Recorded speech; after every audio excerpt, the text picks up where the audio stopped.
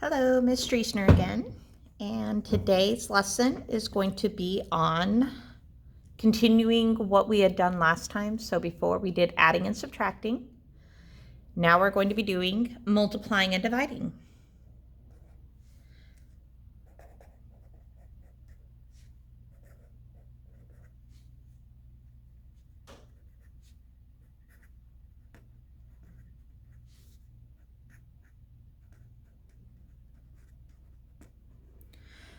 All right.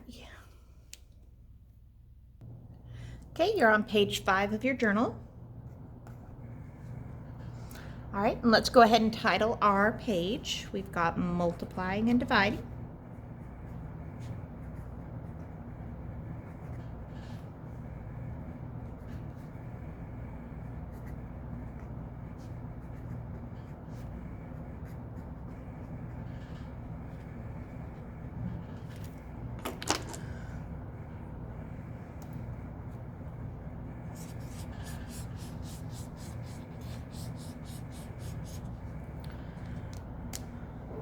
Okay, so forgot to show you the colors I'm using for today. Sorry. All right. So we're going to split up our page in just a moment, but first I want to tell you that the great thing about multiplying and dividing integers is when you were adding or subtracting in our last lesson, there was a bunch of rules like keep, change, keep the bigger sign, things like that. When it comes to multiplying and dividing integers, it's really just one rule. So we're going to go ahead and divide up the page. So write multiply on this side.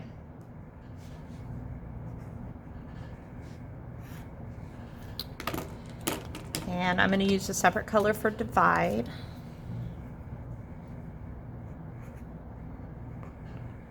But really, it's all the same rule. So again, there might be several ways that your elementary school teachers have taught you how to do this. But I'm just going to make a little multiplying and dividing integer triangle. And the way this is going to work is you're going to check and see with the problem what signs it has. Now, obviously, if it's a positive, you're going to have a positive answer. That we've learned since we started learning how to do these. But if it's a like positive, negative, or negative, negative, then that's where our rules for today come in. Okay, so here's what you're going to write for your rules. If it's the same sign,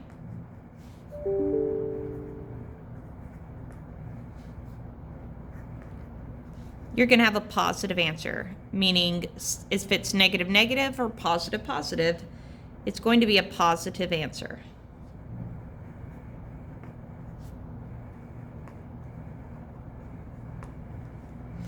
Okay, if it's different signs,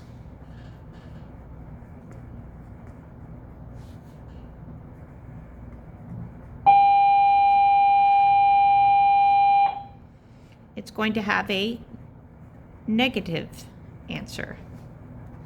And truly, it is that simple when it comes to today's lesson.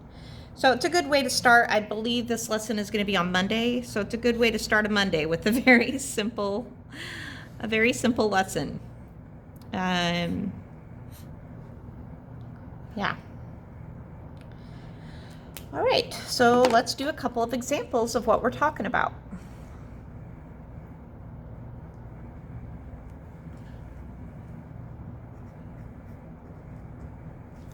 Hang on just a second. Okay, examples. And this is where you may want to like divide up your page between multiplying and dividing. Okay, so let's look at an example of multiplying.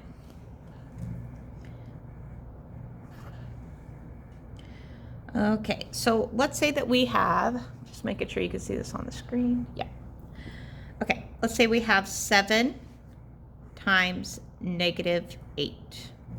Okay, I'm going to write how multiplication is seen in the upper grades multiple ways. So here you're going to see it as a parenthesis. In the next problem, I'm going to add a dot to it because that's what multiplying will look like on your assignment online. So we've got 7 times negative 8. So the signs are different. So remember, we had our little triangle. All right. You're going to cover up what you have. So I have a positive and I have a negative, which means my answer is going to be negative.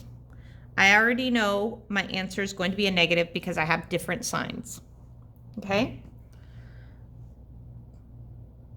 So 7 times 8 is 56, and we've got our negative with it. So we're just going to box that in. That's it.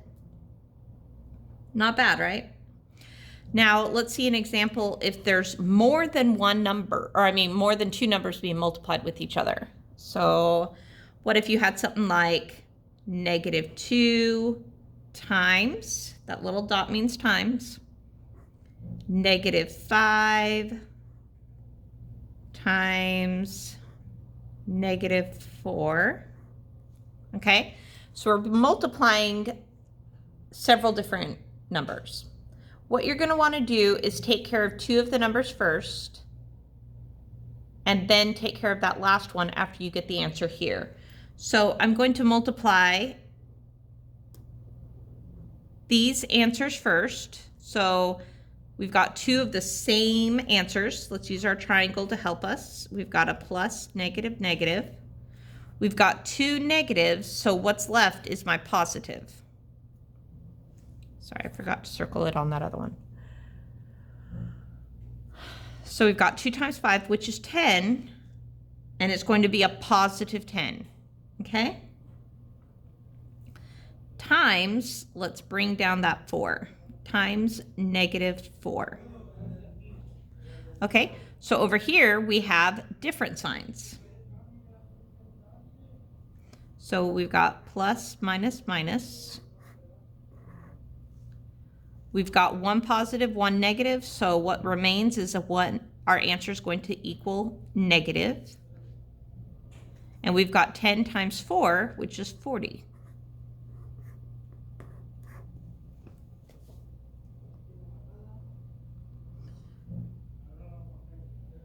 Okay, one more example.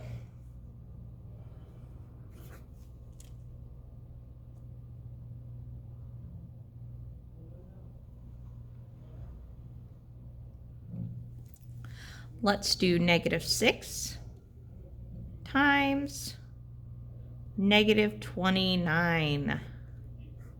Kind of a bigger number. So let's on the side do our multiplication. We've got 29 times 6. So we've got 6 times 9, which is 54. We're going to put the 4 here and do a little 5 right there. You might do your multiplication different. 6 times 2, which is 12, but add that 5 and you've got 17. All right, so our total answer is 174. Let's go back to the original problem. We've got our little triangle here. If that's helping you, keep doing it. If it's not helping you when you do the homework, you don't have to worry about the triangle. So we've got a negative and a negative, so the one remaining one is the positive. And we know that our answer equals 174 because we did the math down here. So our answer is 174. Not bad. Okay. Let's do division.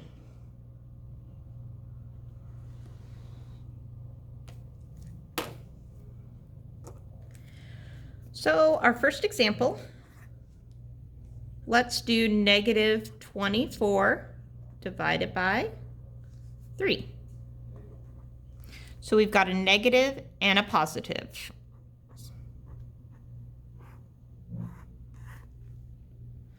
We've got a negative and a positive. Our remaining answer is going to be negative. Okay. 3 can go into 24 8 times. And then just remember that we're keeping the negative symbol. So my answer is going to be -8. That's it. Okay, and just like last time, let's look and see if we have a more challenging question. So what if you had something, example number 2, what if you had something where it was 3 plus -2 divided by -3? What if you had to do a question like this where it's really complicated? Well, what you want to do is do the addition on the top or on the bottom, depending on what kind of problem it is. Take care of the top or the bottom of your fraction first, or your division problem. So do addition first.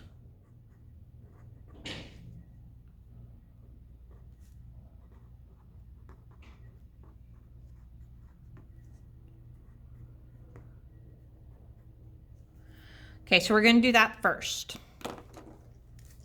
So off to the side here,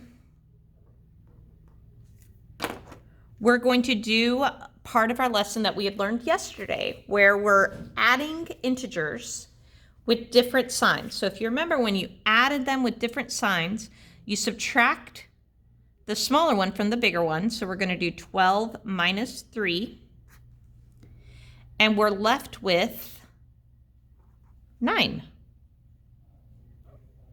Okay. And then if you remember, you do the bigger sign. So right here, we're going to do the bigger sign, or I'm sorry, we're going to do the sign of the bigger number. So I'm going to write that down here so we can remember that bigger numbers sign. I know that's super tiny writing, but let's look at the two numbers. We've got a 3 and a 12. Which one's bigger? The 12. The 12 has a negative symbol next to it, so we're going to do a -9. All right. So now let's take care of that whole top part. We found out that that whole top part of the numerator, the top of the division problem, is -9. We didn't do anything with that -3, so we're just going to bring that down with it. Okay? Now all that's left is to divide.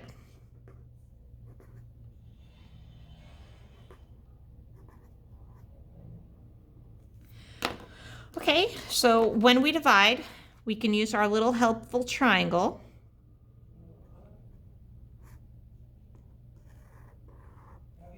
Okay, we've got a negative and a negative, so what's going to be left is the positive. So 3 can go into 9 3 times, so our answer is going to be 3.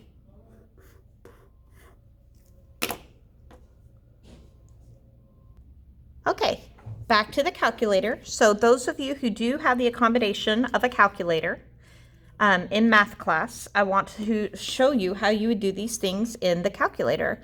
So let's look at that very first problem that we did with dividing. -24 divided by 3. So just remember, in any simple basic calculator, you would type in the number of the first part of the problem, so 24, and then push the integer button to make a number positive or negative, and you're going to see a negative symbol here. Your negative symbol might actually be right next to the number itself. Then we're just going to simply click divided by, and 3 equals. And we get the same answer that we did in the notes. So just like yesterday, I encourage you to go back over the notes and try and get the same answer that we did using your calculator. And that way you know how to do the operations correctly in the calculator. All right, good luck. Be sure to let me know if you have any questions.